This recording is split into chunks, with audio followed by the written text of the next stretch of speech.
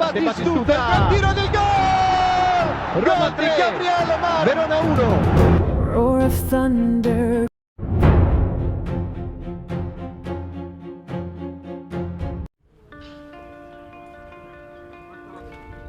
Gasperini berbicara tentang arti menjadi pemain Roma. Berada di Roma saat ini seharusnya memberi Anda banyak kepercayaan diri, banyak keberanian. Kita tidak boleh takut, kita bisa kalah. Ya, kita bisa kalah dalam pertandingan bahkan melawan lawan yang lebih kuat atau lebih lemah. Tetapi kita tidak boleh kehilangan keberanian ini. Itu membantu Anda berkembang, itu membantu Anda memberikan yang terbaik. Dan ini adalah karakteristik yang saya rasa telah saya kembangkan, terutama karena berasal dari tim yang berbeda dan akademi muda mereka, yang telah menjadi pengalaman belajar yang luar biasa bagi saya.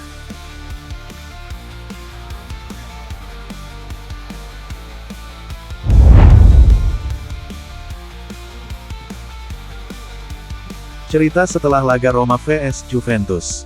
Setelah pertandingan Roma-Juventus, Ndika adalah salah satu yang terakhir meninggalkan ruang ganti, dan secara kebetulan ia bertemu dengan Giorgio Chiellini, yang telah berhenti di zona campuran atas permintaan beberapa penggemar.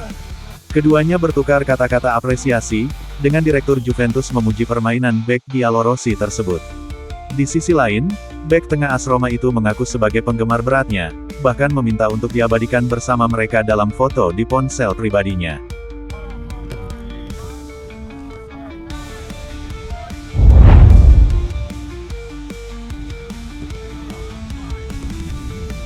Kesalahan Gasperini di laga Roma vs Juventus.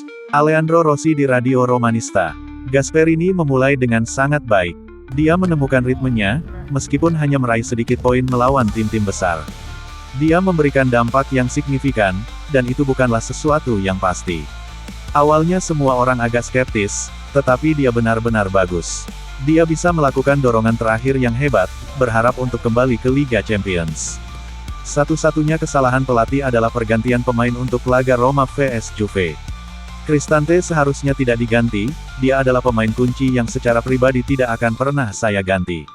Saya tidak tahu mengapa dia menggantinya. Saya pikir dia membuat kesalahan di sana. Sayang sekali, pertandingan sudah berakhir, dan mencoba menyamakan kedudukan di menit-menit terakhir agak seperti keluar sebagai pihak yang kalah. Saya ingat pertandingan Siena Inter di tahun 2010 dengan baik. Pertandingan bersejarah, karena penggemar Inter tidak akan melupakannya, dan sayangnya penggemar Roma juga tidak akan melupakannya. Ketika saya menontonnya lagi, saya masih merasa emosional. Saya bermain dengan darah di mata saya.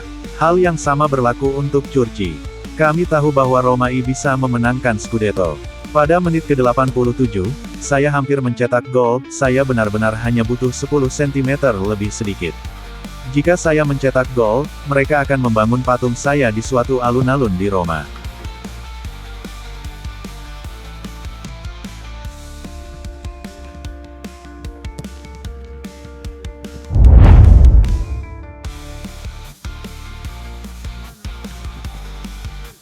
Dybala jalani operasi hari ini, masa depan bersama Roma makin tidak jelas. Paulo Dybala dan pihak klub telah mengambil keputusan penting. Hari ini sang pemain Argentina akan menjalani operasi pada lututnya. Sebuah keputusan yang terasa seperti bab terakhir dari perjalanan La Gioia bersama AS Roma. Kisah Dybala di Roma dimulai dengan harapan besar pada Juli tahun 2022, ketika salah satu pemain terbaik di Italia dalam satu dekade terakhir tiba di ibu kota. Sejak saat itu, ia berkali-kali menghadirkan momen magis yang membuat rekan setim, pelatih, dan para tifosi terpukau, terutama dalam 2 musim pertamanya. Namun perjalanan itu juga dipenuhi kesabaran panjang.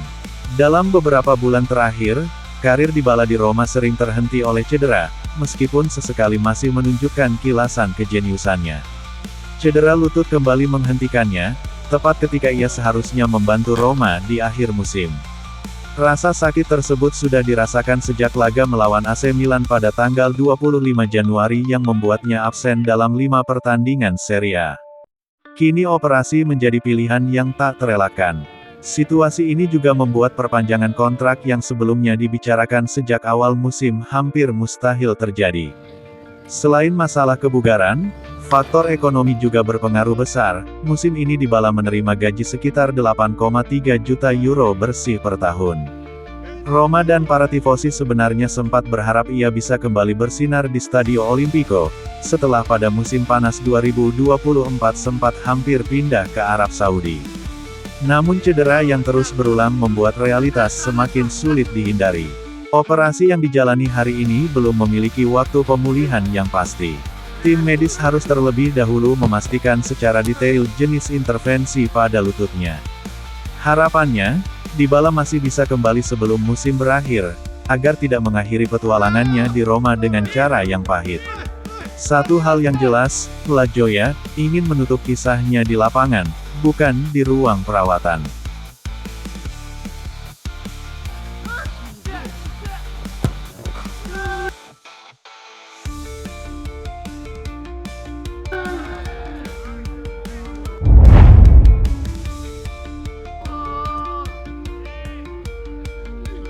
Portal penggemar ForzaRoma.info melaporkan bahwa tak lama setelah kedatangan Dybala, Francisco Totti tiba di klinik Villa Stuart. Mengingat mantan pemain nomor 10 kita 5 menit sebelum kembali ke posisi manajer di Trigoria, dan yang lebih penting lagi, France sendiri berulang kali menangani cedera seriusnya di Villa Stuart. Semua ini bukanlah kebetulan, melainkan isyarat dari klub untuk mendukung dan meyakinkan Dybala sendiri.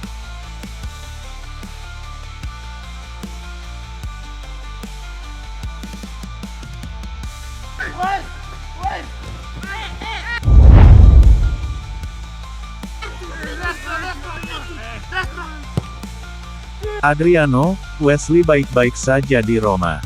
Kebangkitan Giallorossi juga tidak luput dari perhatian di Brasil.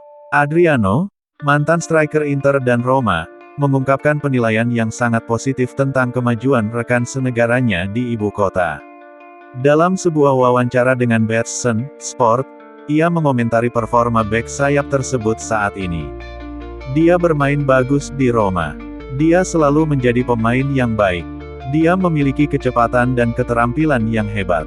Dia masih akan melakukan banyak hal.